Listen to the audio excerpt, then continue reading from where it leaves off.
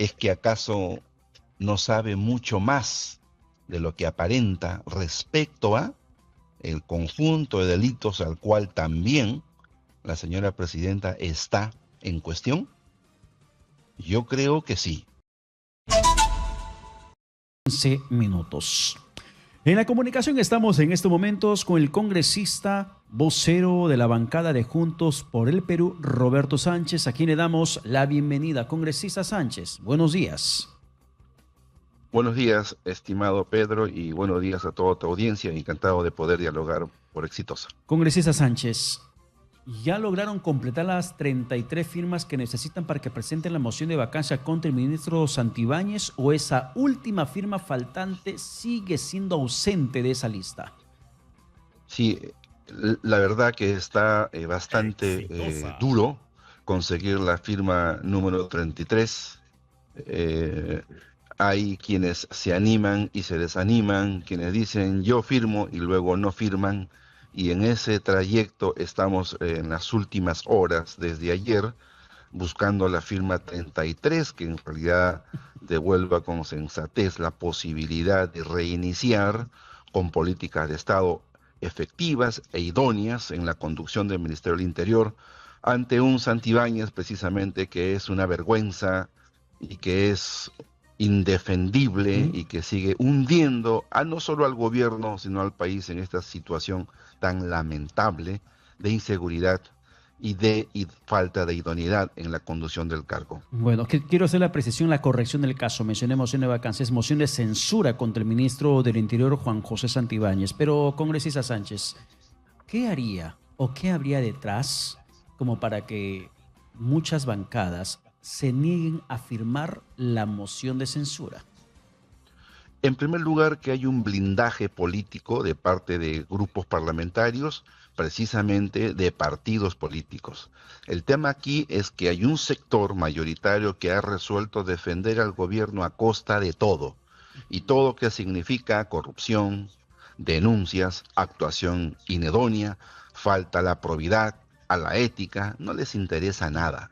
Y lo van a seguir defendiendo y tendrán que asumir sus responsabilidades políticas ante el pueblo, ante la gente, ante el país. Por ejemplo, congresista, yo escuché en su oportunidad al parlamentario Edwin Martínez, recientemente a Kira Alcaraz, referirse al ministro Santibáñez como un ministro que lo ven trabajar, que lo ven en la cancha, que él está combatiendo la criminalidad.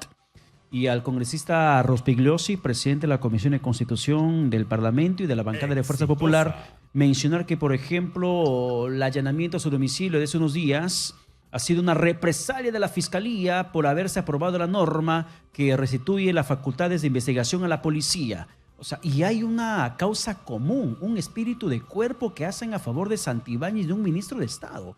Es bien atípico, ¿no lo cree? Absolutamente irracional e insensato, y no se puede tapar el sol con un dedo, ¿no? O sea, inventarnos posturas como el de persecución cuando hay hechos absolutamente evidentes de corrupción, impunidad, eso no corresponde, ¿no? Yo no sé hasta dónde va a llegar la sinrazón y la parte subjetiva. El pueblo sabe, y en el corazón del pueblo, este ministro ya está censurado. Bueno, lo cierto es que no hay la firma, pero es bien curioso y hasta ya causa, honestamente, congresista Sánchez, vergüenza ajena. Una sola firma, una sola firma. Hace 2 semanas se decía, hay 30 firmas, hace 2 semanas. Pero desde allí a la fecha, una sola firma no la pueden conseguir. Como que se están burlando de aquellos congresistas que hacían firmando esa moción de censura para que sea presentada a debatirse en el Pleno del Congreso de la República. Sin embargo, lo que sí se va a debatir en el Pleno es esta ley que pretende restituir esta figura de la detención preliminar fuera del plazo de 48 horas. ¿Cómo lograron llegar a ese consenso luego de que no haya sido incluida en un primer momento dentro de la agenda del día de hoy? Sí, nosotros como bancada, Juntos por el Perú, Voz del Pueblo, estamos tras la firma 33, porque esta es una iniciativa multipartidaria de varias bancadas y congresistas, y nunca se sabe. Y probablemente ahora obtengamos la firma 33 y veremos en la cancha, en el Pleno del Congreso, quién es quién desde la función política de cada fuerza política ante el país. Ciertamente, la prioridad de que sea incorporado al pleno de hoy la discusión, ¿no?, sobre la restitución de la detención preliminar en casos de no flagrancia. Normalmente las bancadas parlamentarias y sus autores son los que priorizan la ley para que entre los dictámenes al pleno. En este caso, en la última sesión de portavoces, sus autores no la plantearon como tal, por eso no se consideró. Las bancadas priorizan 1 o 2 firmas o 3 o 4 proyectos dependiendo su número. En este caso, hay un procedimiento que es el que hemos hecho como Juntos por el Perú, de solicitar al presidente del Congreso que nos permita, ¿no es cierto?, el trámite para exonerar y para priorizar, por acuerdo de Junta de Portavoces, el dictamen de esta ley tan relevante para la lucha contra la criminalidad. ¿Cuáles son pero congresista Sánchez, ¿cuáles son las bancadas que promovieron la ley en su momento y que ahora no la priorizaron para su debate? Porque eso también nos dijo el día de ayer el congresista Flavio Cruz, de que ellos no podrían pedir como Perú Libre. Primero, que porque votaron en contra justamente de la vigencia de la norma. Y segundo, que no son autores de la misma. Entonces, como no son autores, no pueden pedir su priorización dentro de la agenda del siguiente pleno. Pero ¿cuáles son las bancadas que han promovido en su momento la restitución de la figura de la detención preliminar y que ahora simplemente se taparon los ojos? Yo no sé qué descoordinación hubo allí alrededor del plantearlo como tal, no sé, pero en realidad, mira, ha habido una voluntad política nacional y ha habido compromisos en que se iba a tratar apenas se retome la legislatura, ¿no es cierto? Pero no se dio. Pero ahora la bancada Juntos por el Perú, Voz del Pueblo, el Bloque Democrático y Popular, Acción Popular, Unidad y Democracia, Honor y Democracia, asimismo también la bancada socialista, son las primeras bancadas que hemos suscrito el día de ayer este trámite de exoneración. Y ahora en la mañana estamos seguros, porque hemos conversado con otras 2 bancadas que van a firmar. Apenas eso esté como tal, simplemente se presenta y entrará al debate hoy día en el Pleno del Congreso esta restitución de la detención preliminar en casos de no flagrancia que está haciendo tanto daño a la lucha contra la criminalidad y el delito en el Perú. Pero la verdad que usted cree que va a llegar a buen puerto la votación, porque fíjese nomás lo que le pasó. Cuando el gobierno terminó observando la ley, la Comisión de Justicia terminó aprobando por insistencia. Eduardo Saluana, presidente del Congreso, dijo: si los voceros se reúnen, acuerdan, hacemos un pleno extraordinario y aprobamos la ley por insistencia. Eso fue enero-febrero. Ya estamos entrando a mediados de marzo. Política. Y ningún vocero del Congreso nunca convocó una sesión extraordinaria para que apruebe por insistencia esta ley fundamental para que se restituya la detención preliminar fuera del plazo de 48 horas de la flagrancia. O sea, si no había voluntad política antes, ¿habrá voluntad política el día de hoy para que la aprueben? Mire, es importante, Pedro, el ojo público, la fiscalización, el control social para saber quién es quién realmente. Y hoy nuevamente se va a saber quién es quién, porque esta grave crisis que vive el país evidentemente no se va a resolver en el fuero del Parlamento. Peor a nivel de gobierno, y así como se encuentra este gobierno absolutamente ilegítimo de Dina Boluarte. Esto se va a resolver con un nuevo comienzo patriótico nacional y lamentablemente se tendrá que esperar hasta el ejercicio de ese voto ciudadano, ¿no es cierto?, que reinstale el sistema democrático en el Perú. ¿Cree usted que tiene algo que ver el gobierno con esta posibilidad de que esta norma no sea aprobada por insistencia, como también que el gobierno tenga que ver algo con la situación de que no puedan conseguir esa última firma faltante para presentar la moción de censura contra Santibáñez? Porque ayer el jefe de la PCM, Gustavo Adriansen, mencionó que él está conversando, que el gobierno está conversando, intentando persuadir a los congresistas a que no censuren a Santibáñez. ¿Tiene algo que ver el gobierno con la ley y con la censura? Absolutamente. Aquí hay un pacto político ejecutivo, con fuerzas en el Parlamento y en la clase política, y sectores del empresariado nacional que han resuelto, ¿no?, colar mosquito y tragarse el camello para seguir defendiendo, ¿no es cierto?, un gobierno que ya no tiene razón de continuar en la conducción de la solución de los graves problemas del país. Está evidente ese pacto, está evidente esa coalición que hoy gobierna entre ejecutivo, legislativo y sectores, yo diría, de alto poder económico que han resuelto pues no mirar las cosas de frente y resistir con cargo a los grandes negocios de Estado. Está clarísimo. Y congresista, una pregunta final. A mí me llama la atención muchísimo el cómo es que el gobierno o el presidente del Consejo de Ministros, la presidenta Boluarte, congresistas de la República hagan una defensa personalizada, personalísima del ministro del Interior, Juan José Santibáñez. Lo califican de luchador, de gran líder, el mejor ministro, ante los serios cuestionamientos por parte de la población.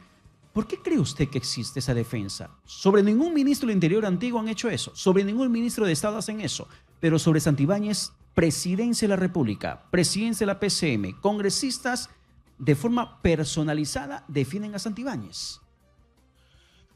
¿No será porque este señor ministro impresentable y todas sus fechorías y actos en presunción, ¿no es cierto?, de corrupción, no tendrá que ver con la sostenibilidad final, ¿no es cierto?, de Dina Boluarte? ¿Es que acaso no sabe mucho más de lo que aparenta respecto a el conjunto de delitos al cual también la señora presidenta está en cuestión? Yo creo que sí. Es una opinión, ¿no es cierto?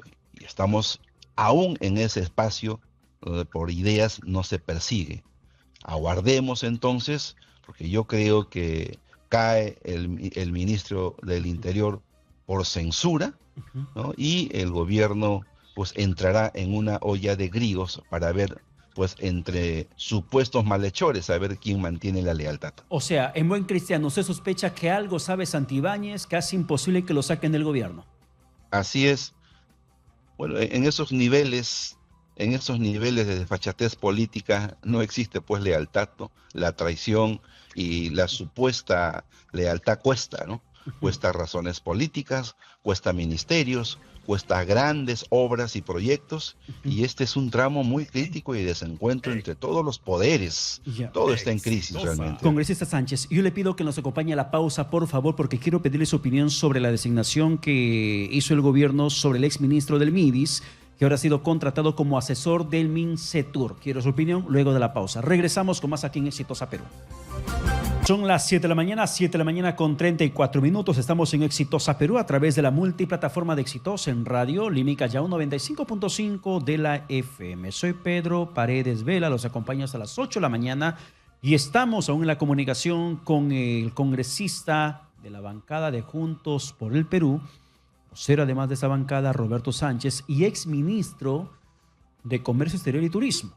Cartera, congresista Sánchez, que acaba de contratar desde el último 3 de marzo, de este lunes, al cuestionado ministro o exministro del MIDIS, Julio de Martini, para quien la Fiscalía solicitó impedimento de salida del país por el caso Jaliwarma.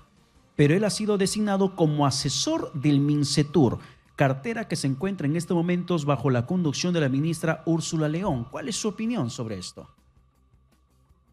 Mira, Pedro, cambiar a alguien del servicio diplomático, un embajador de carrera notable como el embajador Chuquiguara, de Torretagle, del servicio diplomático, por un amigo político, por un amiguis político de la señora Boluarte, y aún que le tiene que dar cuentas al país de los gravísimos hechos de corrupción que han afectado la salud de cientos de niños por lo que ha significado la carne de caballo y etcétera para nuestros niños.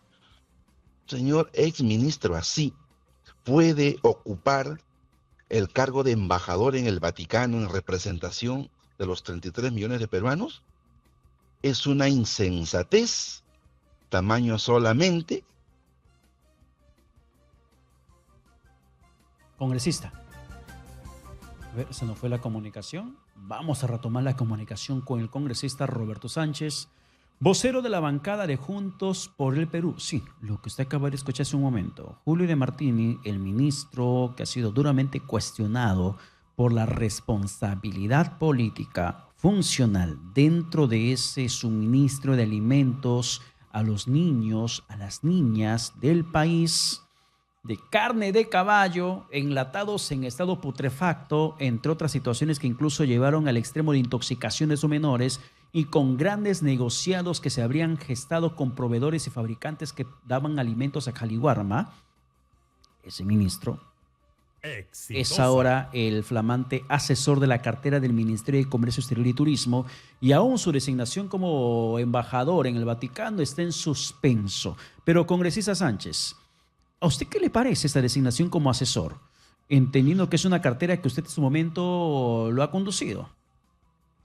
En principio, que lo criticable de todo esto es que se pretenda brindarle inmunidad, ¿no es cierto? Porque un embajador, por más que no sea de servicio diplomático y va a cumplir ese rol, un embajador de carácter político, donde sería precisamente el exministro del MIDIS, ¿cierto? En ese sentido, y cambiarlo más bien por un embajador de carrera del servicio diplomático de Torretagle nuestro, que es el embajador Chuquibara, es realmente una desvergüenza, ¿no? Y pone en evidencia, Pedro, ¿no?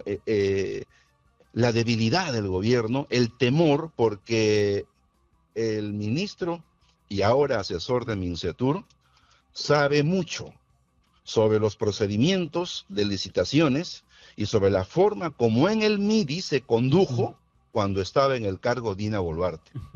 Y todos los hechos de corrupción de ese ministerio, él tiene mucho conocimiento de ello. Entonces, premiarlo en la embajada del Vaticano, precisamente, era para guardar su silencio. Él ha denunciado, Pedro, no te olvides, que tiene amenazas y que tiene temor de su integridad y de su vida. Pues yo le digo al exministro y hoy asesor de Mincetur que hay que tener mucho cuidado, porque cuando a la altura de los delitos, precisamente las lealtades son las que priman. Y si él quiere salvaguardar el principio precisamente de la lucha contra el delito, tiene que rendirle cuentas al país. Estoy seguro, Pedro, que el Vaticano, la Iglesia, Francisco, el nuestro Papa, no le va a dar pues el beneplácito, ¿no?, a alguien que además está con impedimento de salida precisamente por las graves afecciones a nuestros niños con las carnes pues malogradas que se ha hecho aquí en el Perú. Entonces, con mayor razón, no se puede tener pues un embajador ante el Vaticano con todas estas perlas de oscuridad sin atrever a dar cuentas. Entonces, todo esto forma parte también de las razones por las cuales se pretende blindar a toda costa a su compadre, el ministro del Interior. Bien, congresista Sánchez, muchas gracias por la comunicación alcanzada.